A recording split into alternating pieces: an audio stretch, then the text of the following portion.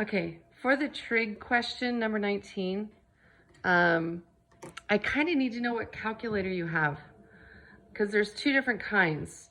There's like the cheap school versions, which I don't have here.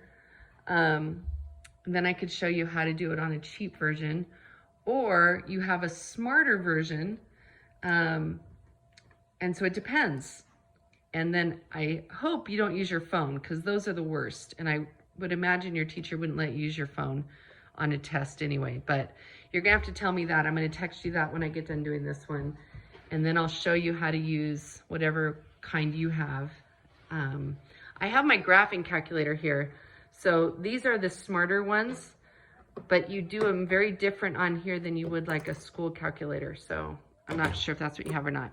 Okay, so you said it told you to use law of cosines to find, I don't know if it was all the parts that were missing or just a part that was missing. So if number 19, it asked you, it gave you this picture, and if it asked for this side, so because this is capital B, the side across from it is lowercase b. So if that's what I'm looking for, using law of cosines. So law of cosines is, if this is the side you're looking for, it's going to be b squared, so that side squared, equals, and then you're going to take the other two sides of the triangle, doesn't matter the order, and you're going to do each of those squared and added together. Kind of reminds me of the Pythagorean theorem in a way.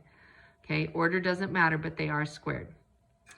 And then you're going to subtract 2 times each of those, and the order doesn't matter, but it's all multiplication.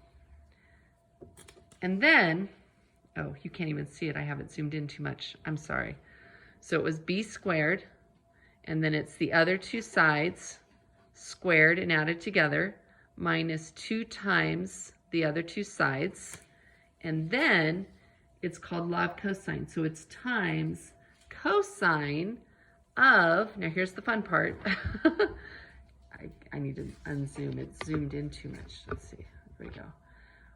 Sorry. So this side and the angle that you take the cosine of have to be across from each other. So the angle across from this is 106 degrees. So that's how you would set it up. And then, depending on your calculator, if you have a cheap calculator or not, it doesn't matter. You need to make sure you're in degree mode. That's really important. And then on like my cheap school calculators, we have to start here. So we would put in 106. We would hit cosine. We'd have to times it by 10 and hit equals. Times it by 17 and hit equals. Times it by 2 and hit equals. Make it negative. There's a little plus or minus button at the bottom of calculators, and that's how you would change the sign. You would add 100 squared, hit equals. Add 17 squared, hit equals. And then to get the square undone, you would take the square root of whatever you just got from all of that, and that's going to be what b equals. Now, I have my graphing calculator, so I'm going to show you on it.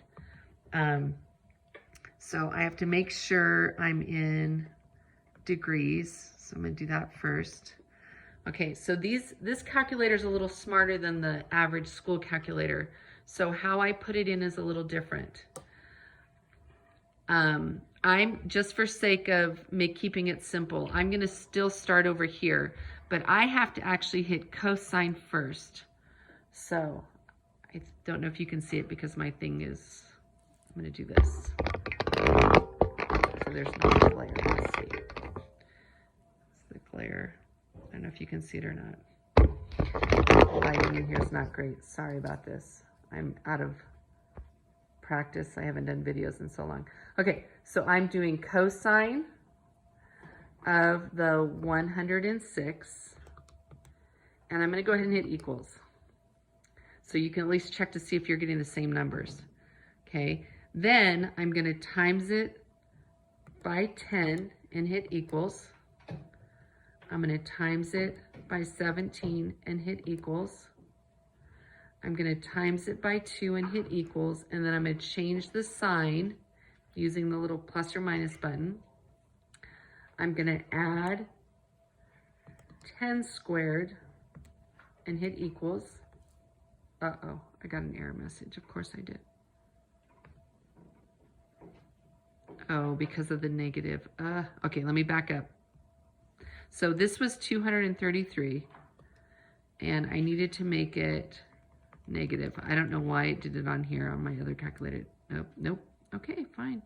233 point, nope, won't do it. Let's back it up. Oh, I cleared too much. Dang it. Oh, nope, it's still there. I'm such a nerd. Okay, so that's all of this, but it's supposed to be negative. So here's what I'm gonna do, because it's this calculator, because it's a graphing calculator, doesn't like the way I'm doing it. So to make it negative, I'm gonna times it by -1. All right, now it's the right thing. Now I'm gonna add 10 squared and hit equals. Did the battery just die? Seriously.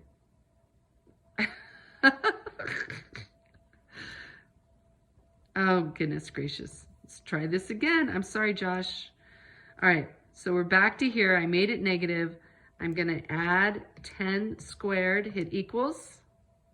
I'm gonna add 17 squared, hit equals. And then remember, we need to take the square root. So on here, I have to do second square root, and then I have to do the answer. So I have to do that.